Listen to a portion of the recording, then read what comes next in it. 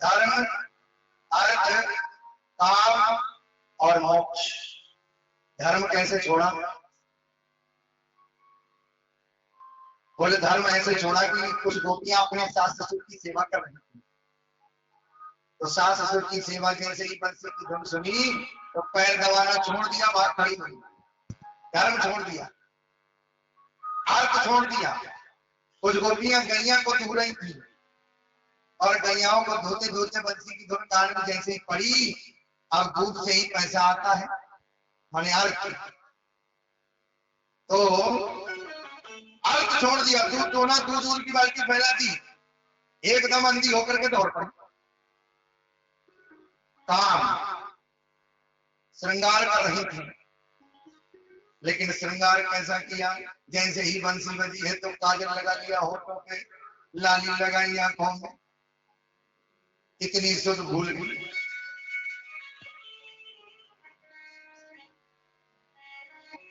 कामना के लिए देवताओं की पूजा कर रही थी, मेरी कामना जैसी हो, तो पूजा को छोड़ दिया। मोक्ष, पूजा को छोड़ दिया। चारों चीजें छोड़ दी है, भगवान के पास दौड़ी दौड़ी आई। भगवान ने कहा, जैसे ही भगवान कन्हैया के आगे रोटियां पहुंची, भगवान ने मुस्कुरा करके स्वागत किया है। स्वागतम ते महाभाग, ओहो आ गई हो, आओ तुम्हारा स्वागत है। लेकिन जैसे ही भगवान ने ये कहा कि आ गई हो तुम्हारा स्वागत है, गोपियां खुश हो गई। वाह, हमारे प्यारे ने देखो हमें पहले बंसी बजा करके बुलाया, हमारा स्वागत किया है, धन्य हो गई। स्वागतम ते महाभाग, चेहरा खिल उठा। लेकिन अगला प्रश्न जैसे ही हुआ, गोपियों के चेहरे उतर गए। आ तो गई हो, लेकिन प्रियम क्यों करवाते, करने क्या है? ले लो, खिलो खिलाओ चेहरा एकदम बैठ लो। गोपियों के चेहरों जो थो मलिन हो गए। पहले तो हमें बंसी बजा के बुलाया और अब हमसे पूछ रहे हैं करने क्या आई हो। अच्छा लगता है आज शरद पूर्णिमा है, तो शरद पूर्णिमा की चांदनी को देखने को आई हो। देखो तुम्हें ये भी भय नहीं लगा कि जंगल में आते आते जंगली जानवर है, और अगर जानवर तुम्हें कोई खा जाए तो इसकी जिम्मेदारी किस पर होगी? इसलिए लौट जाओ, अभी मौका है।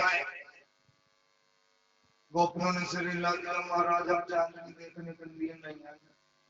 अच्छा तो क्या तुम्हारे घर वालों से झगड़ा हो गया है? गोपियों ने कहा कि अब क्या जवाब दें। भगवान बोले देखो गोपियों, एक सीख हमसे ले लो। पति चाहे कैसा भी हो, किसी भी परिस्थिति में अपने पति में ही परमेश्वर को देखना चाहिए। अनुसुईया जी ने सीता को जी को समझाया था वही बात।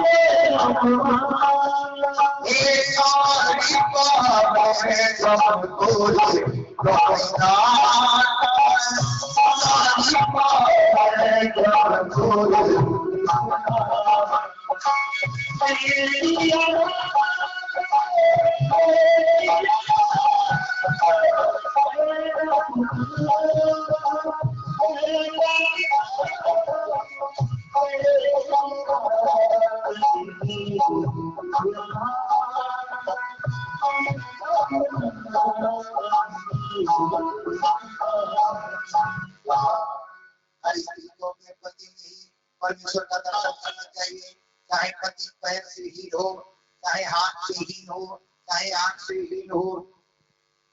किसी भी परिस्थिति में हर स्त्री को अपने पति में ही दर्शन करना चाहिए। गोपियों ने कहा नहीं महाराज, हमारा किसी पति से झगड़ा नहीं हुआ। गोपियों ने जब ये कहा तो भगवान ने कहा सुनो, हम तुम्हें एक कहानी सुनाते हैं। स्त्रियां अपने पतिव्रत धर्म के आधार पर सब कुछ कर सकती हैं। जैसे एक पतिव्रता स्त्री थी और वो पतिव्रता स्त्री एक दिन धान कूट रही थी। तो धान कूट रही थी तब तक आ गया उसका पति, खेत से काम करके आया, थका हारा पति उसकी गोद में लेट गया। उसकी गोद में जब लेट गया तो उसको नींद आ गई। अब जब नींद आ गई तो फिर सो गया। सोते हुए पति को ऐसा कहा जाता है कि जगाना नहीं चाहिए, लेकिन उसी समय क्या हुआ, उसका एक बालक जो कि एक अग्निकुंड के पास में खेल रहा था। अग्निकुंड था, अग्निकुंड में आग जल रही थी। बालक देखते देखते देखते देखते उस अग्निकुंड में गिर गया। इतना होने पर भी उस स्त्री ने अपने पति को नहीं जगाया। मर्यादा कुछ देर के बाद में जब वो स्त्री का पति उठा तो स्त्री भड़बड़ा के उठी, और उठने के बाद में जाकर के कुंड में देखा तो पतिव्रत धर्म के अनुसार वो बालक जो था ज्यों का त्यों आग में किलोले भर रहा है, खेल रहा है। तो गोपियों, अपने पति व्रत धर्म के अनुसार उसके उस बालक के ऊपर कोई प्रभाव नहीं पड़ा। जो स्त्री अपने पतिव्रत धर्म का पालन करती है वो क्या नहीं कर सकती। अपने पंचभूत धर्म के अनुसार अनुसुईया ने कार्य किया था। आज ब्रह्मा विष्णु महेश जैसे तीनों देवों को भी बच्चा बना दिया था, बालक रूप में ला दिया था। तो अपने अपने पतियों में ही परमेश्वर का दर्शन करो। गोपियों ने कहा कि महाराज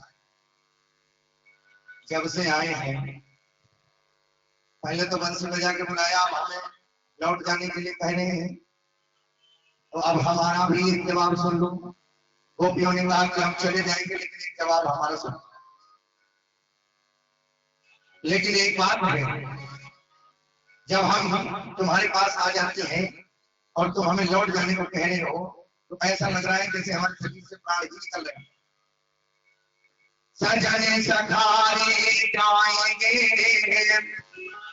मेरे नैन बड़े रोए। हे विधाता, हम लौट करके घर पहुंचने न पाए, उससे पहले हमारे शरीर से प्राण निकल जाए। विधि आए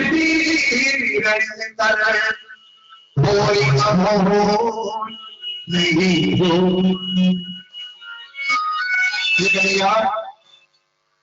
चले जाएंगे बिहारी चले जो अरे हमारा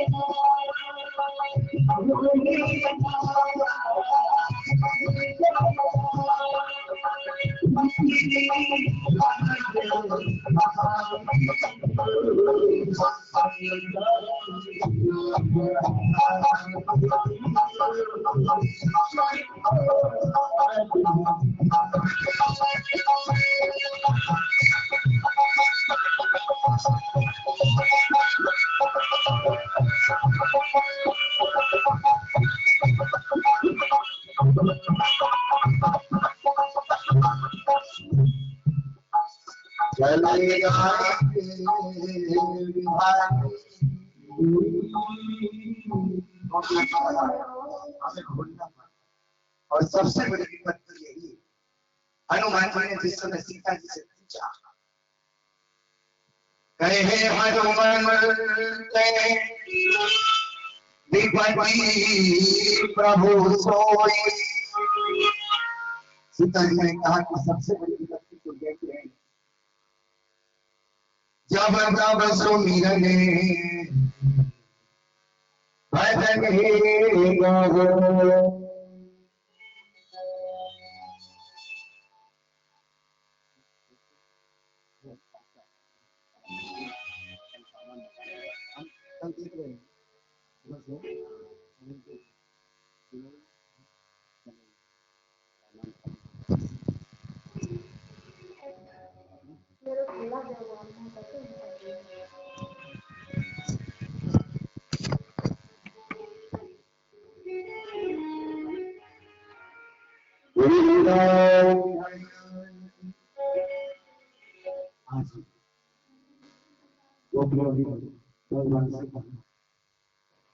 ब्रह्मा जी को पूछ रही है कि पलकें ही बनाई है, इन पलकों को होना ही नहीं चाहिए जो प्यारी जी के दर्शन से बार बार गिरती है। ऐसे जवाब देने के बाद गोकुल ने कहा कि हमारा किसी से झगड़ा नहीं हुआ है, अब किसी से हमारा झगड़ा करके नहीं आई है। आप अगर कहानी सुनाई है तो एक कहानी हमारी भी सुन लो। एक नव युवक जो कि प्रदेश में नौकरी करता था, उसका विवाह हो गया और विवाह होने के कुछ दिन बाद जब वो प्रदेश नौकरी करने के लिए जाने लगा, उसकी पति पत्नी ने कहा कि मैं अपने पति पर धर्म का पालन करना चाहती हूँ, आप प्रदेश से आने हो तो मैं किसके अवलंबन से, किसके सहारे अपने पति पर धर्म का पालन करूं। तो उस पति ने अपनी मूर्ति एक मिट्टी बना करके ला करके बाजार से बेटी बोले, जब तक मैं ना आऊं तब तक तुम ऐसी मिट्टी की मूर्ति की पूजा करती रहना, अपने पति पर धर्म का पालन करना। कन्हैया निर्णय तुम्हें देना है, जैसा निर्णय दे दोगे वैसा ही मैं काम करूंगी। एक दिन वो पति पर स्त्री उस मिट्टी वाले अपने पति की पूजा कर रही थी और अब जो असली पति है वो दरवाजे पर कुंडी बजाने लगा। लौट करके आया तो कन्हैया अब ये बताओ, उस स्त्री को उस मिट्टी वाले पति की पूजा करते रहना चाहिए या फिर दरवाजे पर असली पति जो खड़ा है उसके लिए दरवाजा खोलना चाहिए, उससे मिलना चाहिए। कन्हैया ने कहा अब तो उसको मिट्टी वाले पति का त्याग कर देना चाहिए और वो असली पति से मिलना चाहिए। गोपियों ने कहा कि बस हो गया निर्णय, हम भी अपने मिट्टी वाले पति को छोड़ करके अपने असली पति के पास आए और यही भगवान कहलाना चाहते हैं। सांसारिक पति जो मिट्टी वाले हैं वो गोपियां कहते हैं उनको मैं छोड़ा ही हूँ, अब हमारा जो असली पति है उस पति से हम मिलने के लिए आई हैं। ऐसे बन को क्या बरे और मर जाए बरिए गोपाल को तो मरे। अरे गोपाल को भगवान को अपना पति मानने के लिए गोपियां कहती है कि हमने तो अपना असली पति मरण कर लिया है, संसारी पति को छोड़ दिया। ये तभी मीरा जी का विवाह हुआ था, लेकिन मीरा जी की लगन भगवान कृष्ण के चरणों में लगी थी और जब मीरा जी की लगन भगवान के चरणों में लगी थी तो छोड़ना नहीं पड़ा। क्या धन दौलत माल खजाना और राज्य अपने आप ही छूट गया और मुख से निकल पड़ा है। क्या निकला है?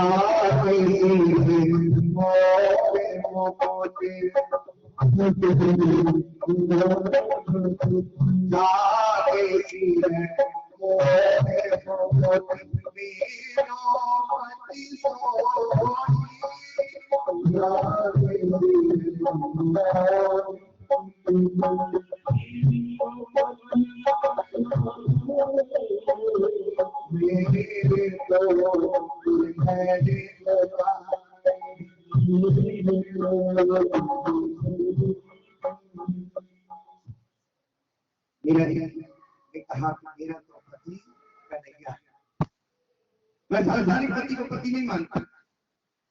तो इधर गोपियां भी कहती है मेरा किसी से कोई झगड़ा नहीं। अब हम असली पति के पास में आके निर्णय भी कर दिया। भगवान ने एक बड़ा सा पंडाल का निर्माण करा के महाराज करना प्रारंभ कर दिया। 3 महीने हो गए महाराज को चलते चलते। भगवान शंकर भी आए। एक दिन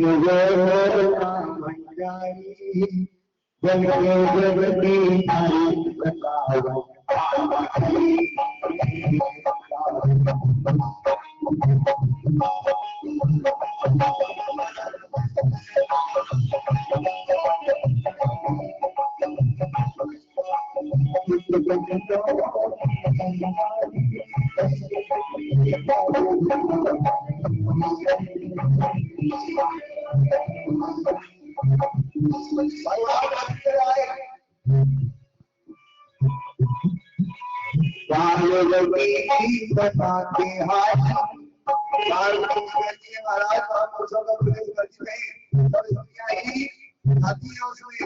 शंकर बाबा मुझे कुछ भी करो हम तो चलते हैं।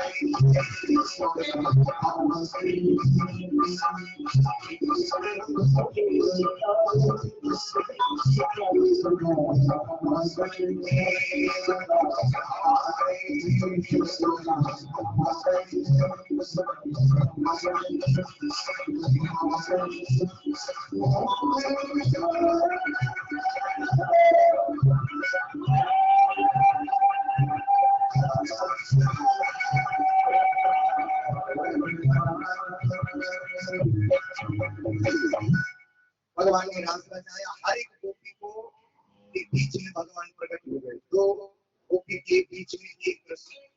अब हर गोपी को ये लगे कि हमारी सुनते ही हमको लौटा रहा था, ये कन्हैया हमसे कह रहा था लौट जाओ लौट जाओ, लेकिन अब देखो हमारे साथ में गलवैया डाल के हमारे साथ में नाच रहा है। हर गोपी को अभिमान हो गया कि हम इतनी सुंदर हैं जिस कारण से कन्हैया हमारे मध्य। गोपियों के अभिमान को देख करके कन्हैया ने कहा ओहो ये बात है, तो भगवान वहां से गायब हो गए। गोपियों के अंदर जब अभिमान पैदा हुआ भगवान गायब। अब किशोरी जी को लेकर के भगवान गायब हुए, राधा जी को लेकर के गायब हो गए।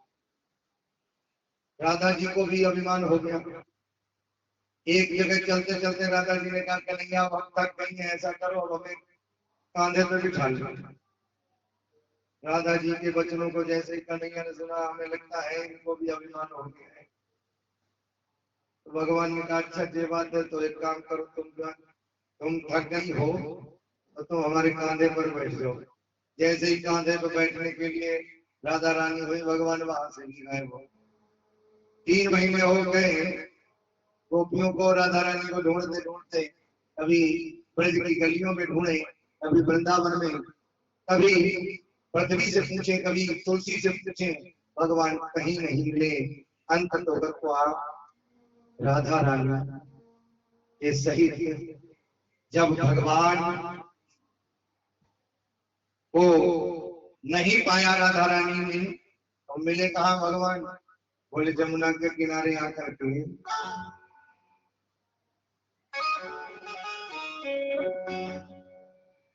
जमुना के किनारे आकर के भगवान के लिए रोने लगे। और भागवत में कई जगह ऐसा आया है, बहुत प्रकार से भगवान ने अनेकानेक प्रकार से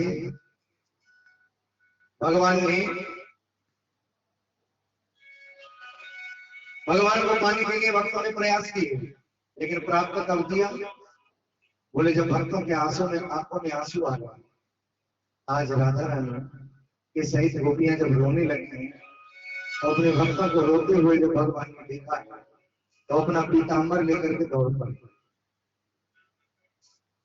मानो भगवान यहाँ पर कहना चाहते हैं कि मैं मेरे भक्तों के आंसू नहीं देख पाता हूँ।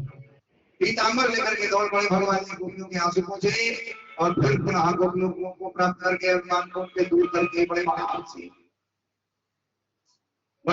से महाराज बचे। और इधर एक दिन कंस ने केसी नाम के दैत्य को भेजा भगवान को मारने के लिए।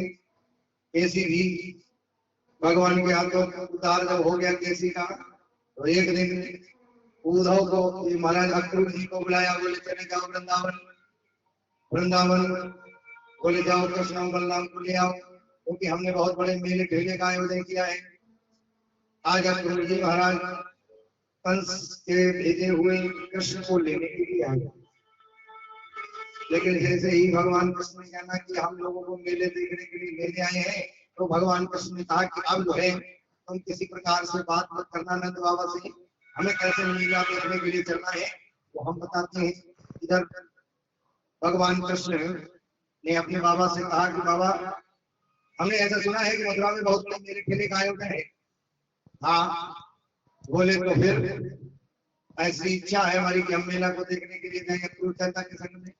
आज नंद बाबा ने मना कर दिया, बोले अकेले तुम्हें नहीं भेजेंगे। कन्हैया ने कहा कि हम कब कह रहे हैं अकेले हम जाएंगे, हम तो ये कहते हैं आप ही हमारे साथ चलो। नंद बाबा ने कहा ठीक है।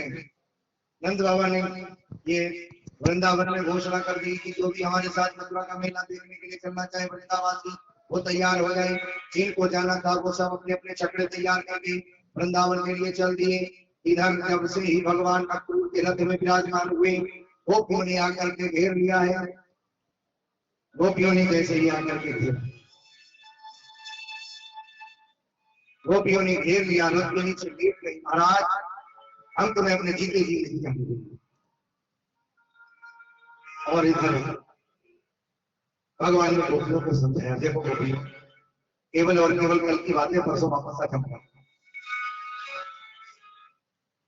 गोपियों ने जब अपनी बात कही तो भगवान ने कहा कि देखो हम बहुत जल्दी लौट के आएंगे, तुम परेशान मत हो। गोपियां कहने लगी कि हम बिना तुम्हारे जी नहीं पाएंगे, अगर यही करना था तो ऐसा किया क्यों, हमसे प्रेम हमसे नेह लगाया क्यों। लेकिन भगवान ने बहुत प्रकार से गोपियों को समझाया, बोले केवल कल की बात है, परसों हम वापस आ जाएंगे। तो गोपियों ने कहा प्रीत इस भरोसे की, प्रीत